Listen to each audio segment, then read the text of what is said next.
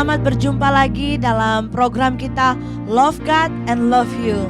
Saat ini kita akan menyanyikan satu pujian yang saya percaya kita rindu untuk diselidiki Tuhan supaya kita menjadi lebih baik lagi. Hidup kita boleh menyenangkan hati Tuhan dan kita mau tetap setia sampai pada akhirnya. Sama-sama kita nyanyikan pujian ini, selidiki aku. Selidiki aku, lihat hatiku, apakah ku sungguh mengasihimu, Yesus, Kau yang Maha Tahu dan menilai hidupku, tak ada yang tersembunyi bagimu. Telah kulihat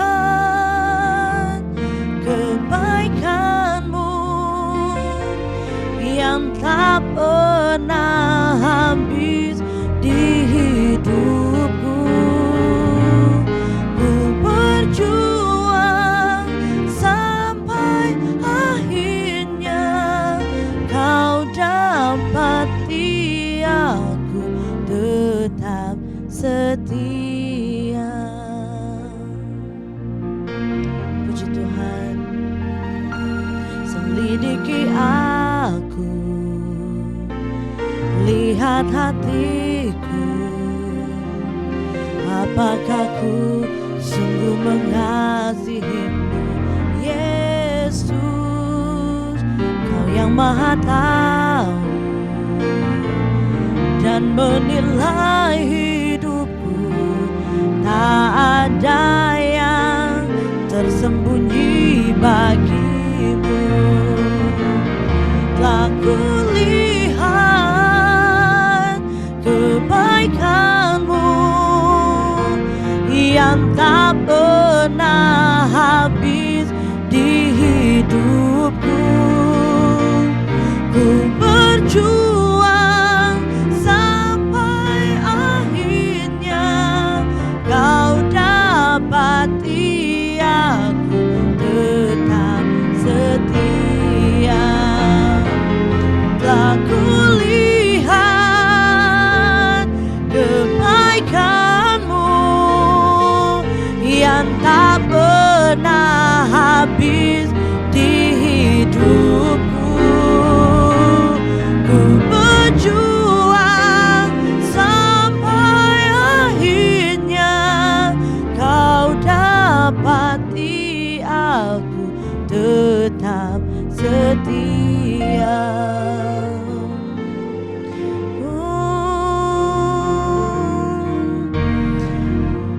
Terima kasih ya Tuhan. Inilah yang menjadi kerinduan kami, bahwa ketika Engkau datang yang kedua kalinya, Kau tetap dapati kami semua setia. Terima kasih ya Tuhan, biar kebenaran firman-Mu yang akan menjadi kekuatan baru bagi kami, dan kami semakin setia dalam mengiring Engkau. Di dalam nama Tuhan Yesus Kristus, haleluya, amin. Puji Tuhan, saudara-saudara yang terkasih di dalam nama Tuhan Yesus Kristus. Saat ini saya mau sharing kebenaran firman Tuhan tentang iman yang berdampak atau impactful faith. Impactful faith. Sebagai orang Kristen di akhir zaman ini saudara, inilah yang menjadi kerinduan Kristus, bahwa kita semua harus menjadi pribadi-pribadi yang memiliki satu kesaksian.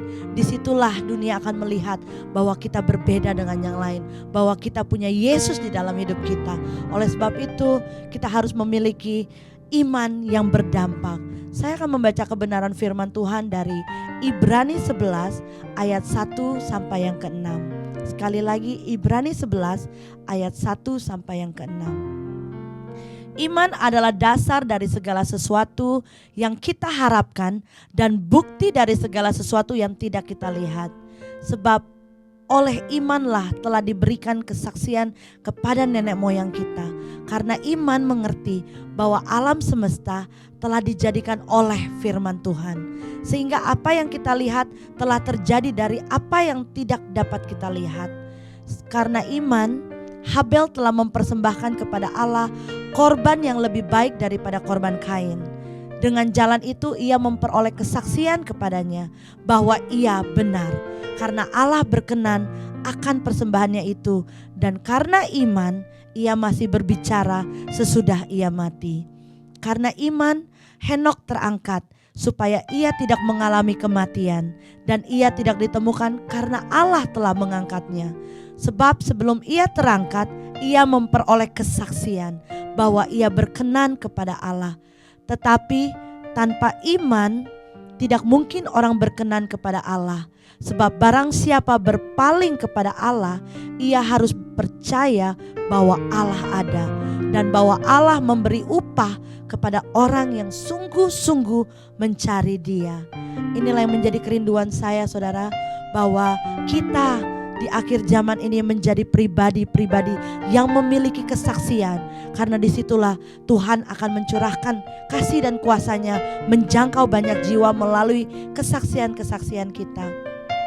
Saat ini kita mau belajar dari teladan iman dari kebenaran firman Allah yang telah kita baca. Dari yang pertama adalah Habel. Dalam Kejadian 4 ayat 2-5 menceritakan bahwa Kain dan Habel sedang mempersembahkan persembahan bagi Allah. Tapi di situ menceritakan juga bahwa kedua-duanya mempersembahkan kepada Allah. Tuhan menolak persembahan Kain, tapi Tuhan menerima persembahan dari Habel. Mengapa? Dalam kebenaran firman Tuhan Ibrani 11 ayat 4 yang sudah kita baca, mengatakan bahwa Habel memberikan persembahannya kepada Allah dengan iman. Ini berbicara masalah hati. Kain menawarkan sebagian miliknya, itu membuktikan bahwa hatinya masih ada kerinduan untuk yang penting saya dulu, baru sebagian milik saya akan berikan kepada Allah. Berbeda dengan Habel. Habel menawarkan hal yang paling pertama dari yang dia miliki. Dengan iman dia menunjukkan bahwa inilah hasil dari pertanian dia, domba lembu yang sangat gemuk dan yang sangat baik. Dia mau memberikan yang terbaik bagi Allah. Itu menunjukkan bahwa hatinya itu benar-benar rindu mau menyenangkan hati Tuhan dengan memberikan yang terbaik. Karena saya percaya Habel mengerti siapa Tuhannya itu. Allah yang sanggup mengadakan segala sesuatunya bagi Habel. Meskipun dia memberikan persembahan yang sulung bagi Tuhan, dia tahu hidupnya ada di dalam genggaman tangan Bapa yang baik. Tahu memberi yang terbaik bagi anak-anaknya. Saudara, firman Tuhan juga mengatakan kalau Bapa di dunia tahu memberi yang terbaik bagi anak-anaknya, terlebih lagi Bapa kita di surga tahu memberikan yang terbaik bagi saudara dan saya. Oleh sebab itu, marilah saudara, kita mau seperti Habel memberikan yang terbaik. Jangan kita seperti Kain yang memikirkan diri kita dahulu. Tapi firman Tuhan mengajarkan kita bahwa mari kita beri yang terbaik. Seperti Habel, dia memiliki harapan dan kepercayaan pada Tuhan bahwa Tuhanlah yang akan memelihara kehidupan Habel. Puji Tuhan. Apa yang saudara dan saya bisa pelajari dari Habel? Yang pertama, iman adalah masalah hati. Kain tahu bahwa Tuhan itu ada. Bahkan Kain berbicara kepada Tuhan, tapi Kain tidak percaya akan Tuhan. Doa saya, kita tidak seperti Kain, tapi kita mau seperti Habel yang percaya penuh, beriman sungguh bahwa Tuhan itu ada. Habel tahu Tuhan itu ada. Bahkan oleh sebab itu dia menunjukkan dengan sikapnya mempersembahkan yang terbaik untuk Tuhan. Dia rela menempatkan kepercayaannya dan masa depannya hanya kepada Tuhan, di dalam tangan kebesarannya Tuhan. Karena dia percaya Tuhanlah yang memiliki segala sesuatu di dunia ini. Oleh sebab itu dia mau memberikan yang terbaik hanya bagi Tuhan. Yang kedua saudara, kita belajar dari Habel. Imanmu adalah masalah hatimu. Mungkin kita percaya bahwa Tuhan itu ada, tapi Dia tidak menjadi yang pertama dalam hidup kita. Di mana saudara meletakkan harapan saudara saat-saat ini? Saya hanya bisa berkata kepada saudara, saat ini kita diperhadapkan di dalam dunia yang penuh dengan ketidakpastian. Dengan COVID-19 ini, pandemik ini saudara, begitu banyak tempat-tempat pekerjaan yang harus tutup, tidak bisa beroperasi lagi. Sekarang saudara mau menaruh harapan saudara pada apa? Pada pekerjaanmu kah? Pada studimu kah? Saudara, saya mau katakan, kita hanya bisa berharap kepada Yesus yang satu-satunya sumber pengharapan kita itu. Dialah yang memegang masa depan saudara dan saya. Kita tahu di dalam Tuhan ada satu kepastian. Amin. Oleh sebab itu saudara, biarlah iman saudara dan saya menjadi iman yang menyaksikan kemurahan Tuhan. Dan saya rindu supaya biar Yesus selalu ada di hatimu hari-hari ini. Dan saya gak mau supaya kita melihat kepada dunia, tapi mata kita tetap tertuju kepada Tuhan. Kita mau belajar lagi saudara dari satu pribadi yang bernama Henokh. Dalam Kejadian 5 ayat 21-24 menceritakan bahwa Henokh adalah seorang yang sangat setia kepada Tuhan. Dia ada di dalam daftar keturunan Adam. Ayahnya bernama Yared dan dia memiliki putra seorang bernama Metusala. Tapi saudara, dari semua catatan nama-nama yang ada, Henokh sangat berbeda. Mengapa Henokh sangat berbeda? Dia sangat unik. Dia digambarkan sebagai seorang pria tidak seperti yang lain dalam bagian ini. Dia dikatakan setiap harinya dia berjalan bersama Tuhan. Dan dia hanya satu dari 2 orang yang tidak mati saudara. Dia diangkat oleh Tuhan. Inilah yang menjadi kerinduan saya saudara, bahwa kita bisa diangkat Tuhan karena kita mau berjalan bersama dengan Tuhan. Di dalam Ibrani 11 menjelaskan lebih lagi wawasan tentang kehidupan Henokh. Henokh langsung pergi ke surga karena ia berkenan kepada Tuhan. Imannya kepada Tuhan menjadi satu kesaksian. Henokh berjalan dengan Tuhan dengan imannya, dan dia juga menyenangkan Tuhan karena imannya. Apa yang saudara dan saya pelajari dari Henokh? Yang pertama, iman mempengaruhi perjalanan hidup saudara dan saya. Henokh berjalan hari lepas hari bersama dengan Tuhan. Dia menjalani kehidupan sehari-harinya penuh dengan keyakinan hanya kepada Tuhan. Di mana kita menempatkan iman kita, itu sangat mempengaruhi perjalanan hidup kita saudara. Ketika kita memiliki keyakinan pada diri kita sendiri, itu mempengaruhi cara hidup kita. Kalau kita hidup sendiri, kita lebih memikirkan kepentingan kita, tidak peduli lagi akan orang lain.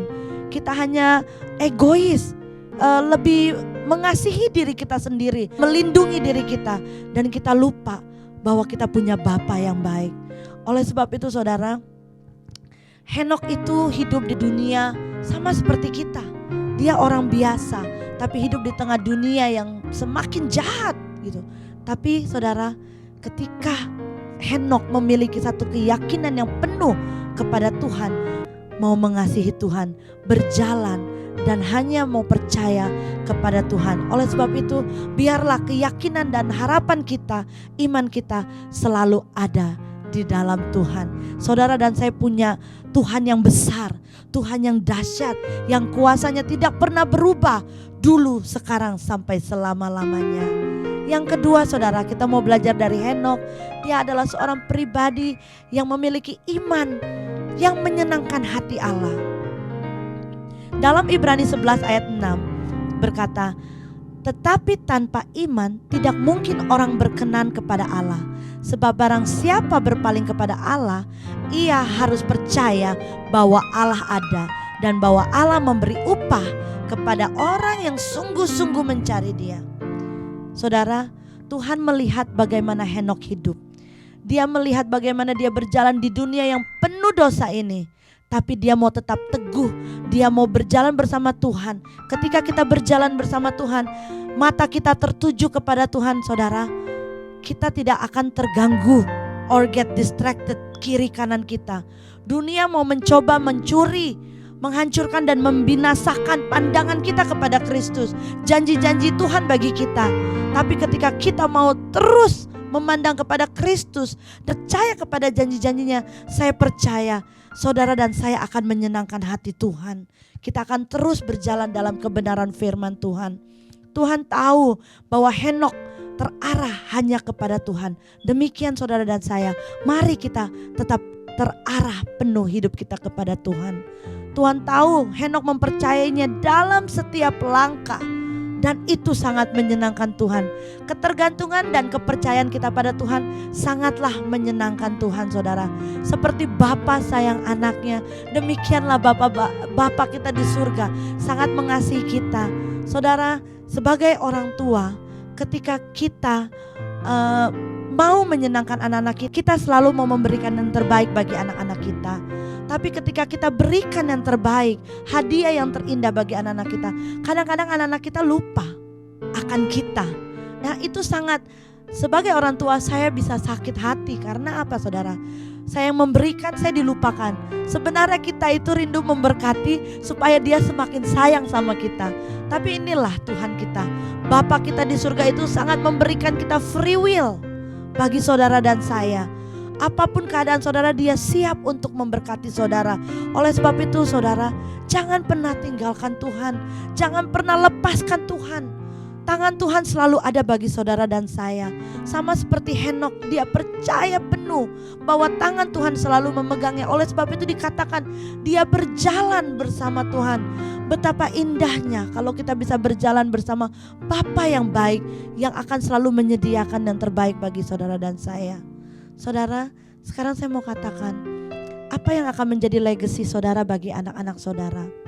Saudara merindukan anak-anak kita memiliki iman kepada Tuhan. Anak-anak kita punya masa depan yang baik, takut akan Tuhan. Kita harus memiliki iman sehingga kita bisa mentransferkan iman kita kepada anak kita, bahkan sampai cucu-cucu kita.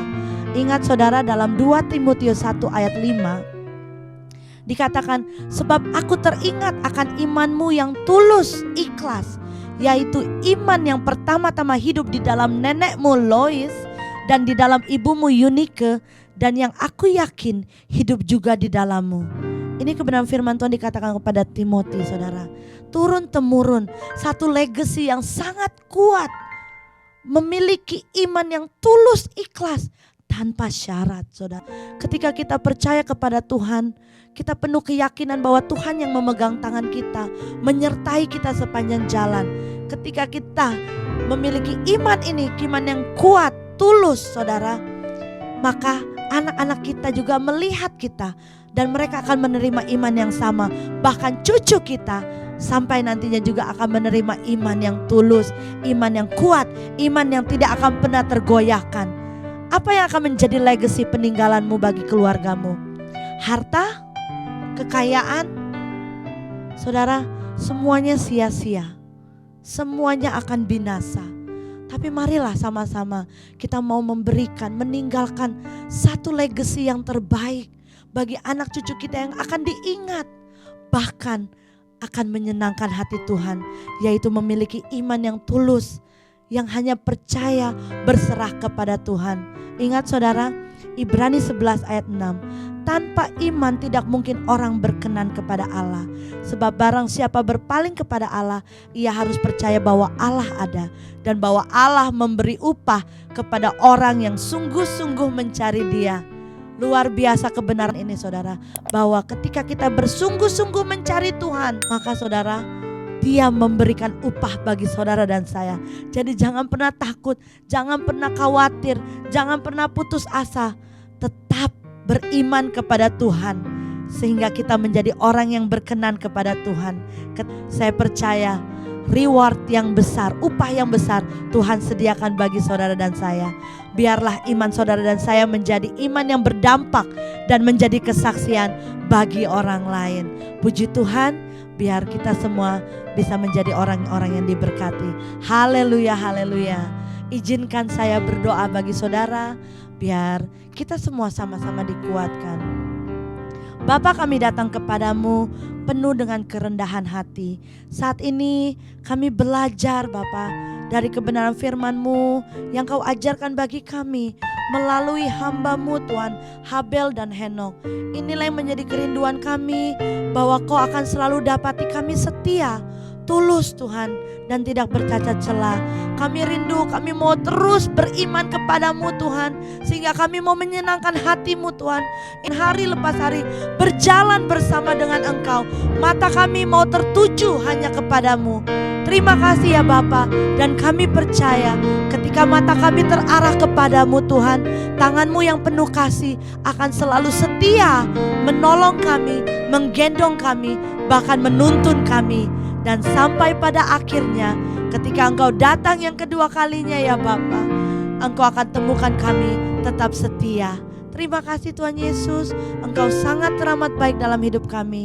Kami terima kebenaran firman-Mu dan kami percaya kami semua akan menjadi pribadi-pribadi yang berdampak dan akan menyaksikan kebaikan, kemurahan-Mu dan kebesaran-Mu. Di dalam nama Tuhan Yesus Kristus kami sudah berdoa dan mengucap syukur. Haleluya, amin. Puji Tuhan. Biar kebenaran firman ini boleh menjadi berkat bagi saudara dan saya. Sampai bertemu lagi dalam program-program kami selanjutnya. Love God and love you. Tuhan Yesus memberkati. Amin.